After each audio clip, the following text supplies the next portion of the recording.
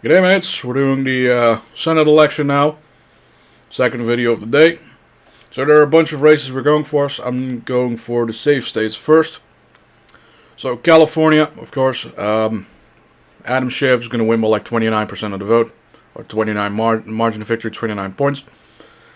Connecticut, Murphy's going to win by about 18. Delaware, we had the primary elections.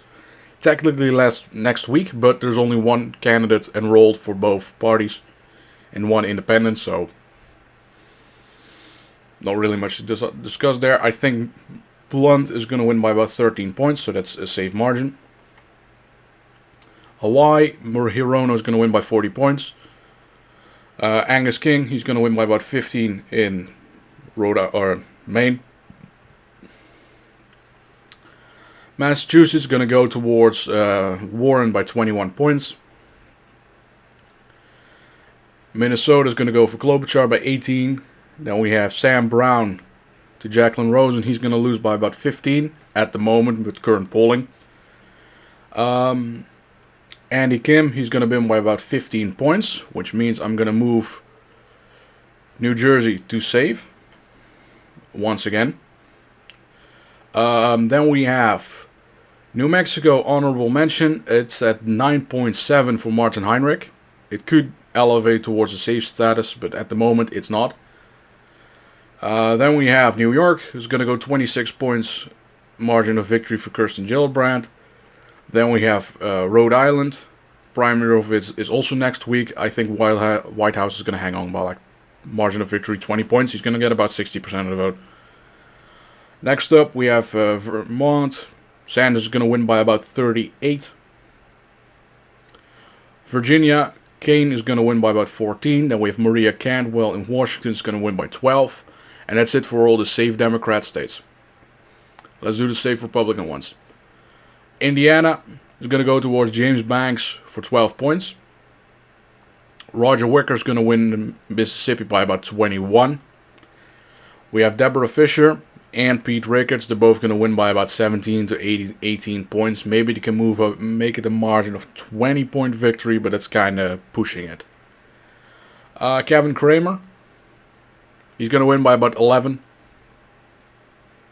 I think that North Dakota is down ballot a lot more split than it is on the top of the ticket. There's a lot of Republicans that will vote, or a lot of people that will vote for Trump, but down ballot they will vote for a Democrat for the Senate, for an example, or for the House of Representatives.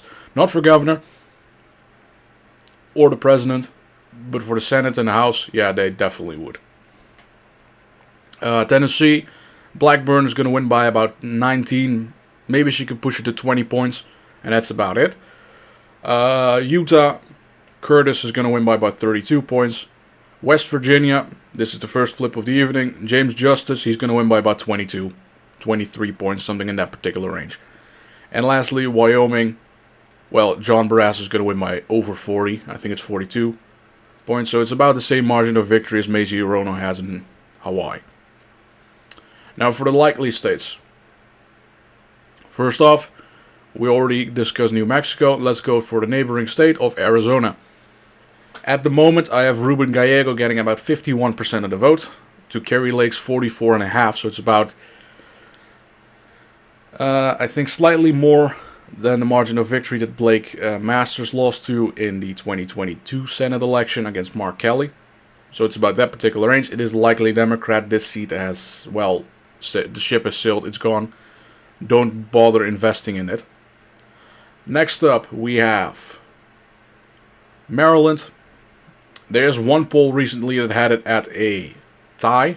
I don't necessarily believe that, but at the same time, I do think this race is the one opportunity the Republicans have a chance of flipping it. Not necessarily getting it close. That would definitely be the position to go for, trying to see if you can get Democrats to invest in Maryland so you don't have money to spend in places like Wisconsin or Pennsylvania. That's the idea here. But at the moment, margin of victory about 7 to 8 for Angela Olsenbrooks. Next up, Michigan. Alyssa Slotkin, she's getting about 49% of the vote on my end. and Michael Rogers, he's going to get about 43.5. So it's about a 5.7 margin of victory as I have right now. There's a lot of undecideds, and I think a few third-party candidates. It's any man's game, but it's definitely one of the closer ones this cycle. Next up, Missouri. I have Hawley winning by about 7 points as of now, 48-41. And there's a lot of undecideds, and they're probably going to vote for Hawley. So come October, I think I can move this into the safe category, but we'll just have to wait and see on what the data points are going to suggest. Next state is Texas. Cruz is at 52% of the vote. Allred is about 46%. So there's about 2% margin to go for, and I don't see Colin Allred doing anything to change the race. So Cruz is going to win by about 6 points. Going to be a wider margin than last time around. Cruz, his scandals have kind of faded away. His unpopularity has faded away, so it's kind of his game to win. Allred is a lazy campaigner. He's thinking that he's already got it, and that's not the attitude you need for Texas. Because in Texas, you need the rurals to vote for you, because if you don't, you're not getting there. Last one of the likely states is Wisconsin. Eric Hovde is one of the better candidates, because he has about 45% of the vote at the moment. Baldwin is at 53%. So the problem here is that Baldwin is overperforming Harris by about 5 to 6 points, which is a problem because at that particular point, Trump is going to have to win Wisconsin by 6 points in order to drag you over the line. And I don't see that happening. I think Trump is going to win Wisconsin. However, it's going to be, I wouldn't say less of a percent. I say this time it's going to be about 1.5 points. So you have to really drag yourself in, saying like, I'm the Trump guy if Hovde wants to win. Then we have 3 states left. No, I think slightly more, 4. Next up, Florida. It's getting a little closer, and that's mainly because the fact that Democrats are underestimated in the state.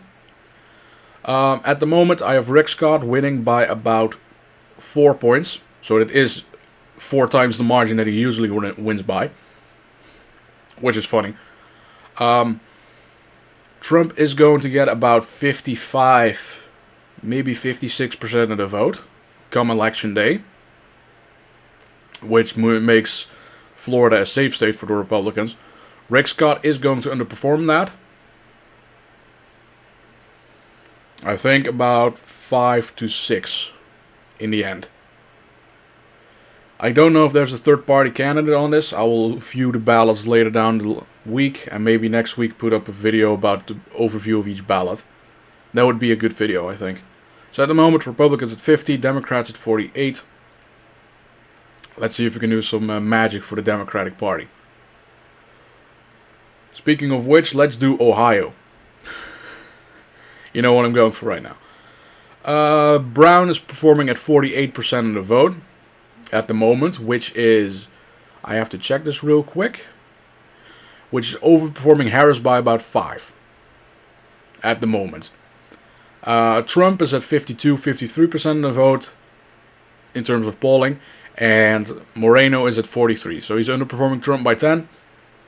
Trump is going to win the state by, I believe, about 13, maybe 14 points. Ohio is no longer to be considered a swing state as long as Trump's on the ballot. I saw polling in the primary that had Ohio as a swing state if DeSantis was the nominee, and it would go to the Democrats if Haley was the nominee. So that's the kind of thing we're looking for here.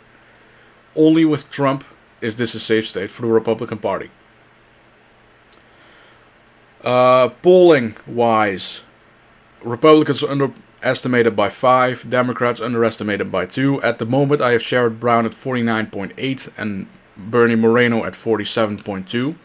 So that would make it a lean margin for the Democrats at the moment. I have this as the closest state of the cycle, by the way. And there's not really anything else to discuss in this particular regard. regarding the state. Oh yeah, there's one important thing. I'm going to do this really quick. Real clear. Let's go for the Senate election. Ohio. And let's see if we can... So at the moment we don't really have a graph. Let's see if we can go for the 2022 one. Archive 2022 Senate ratings. So we have Ohio on election day. 53% of the vote for James Vance, and we are at September at the moment, so that's about here. And what we saw was essentially a slight lead for Vance. But you can see over the summer, the polling is a lot closer to really overestimate the Democrats. For an example, Ryan was winning here in a few of these polls. Even in late October, it was tied. And then in the end, Vance really jumped the margins. Signal, ironically speaking, the most accurate one in this particular regard, in terms of margin of victory.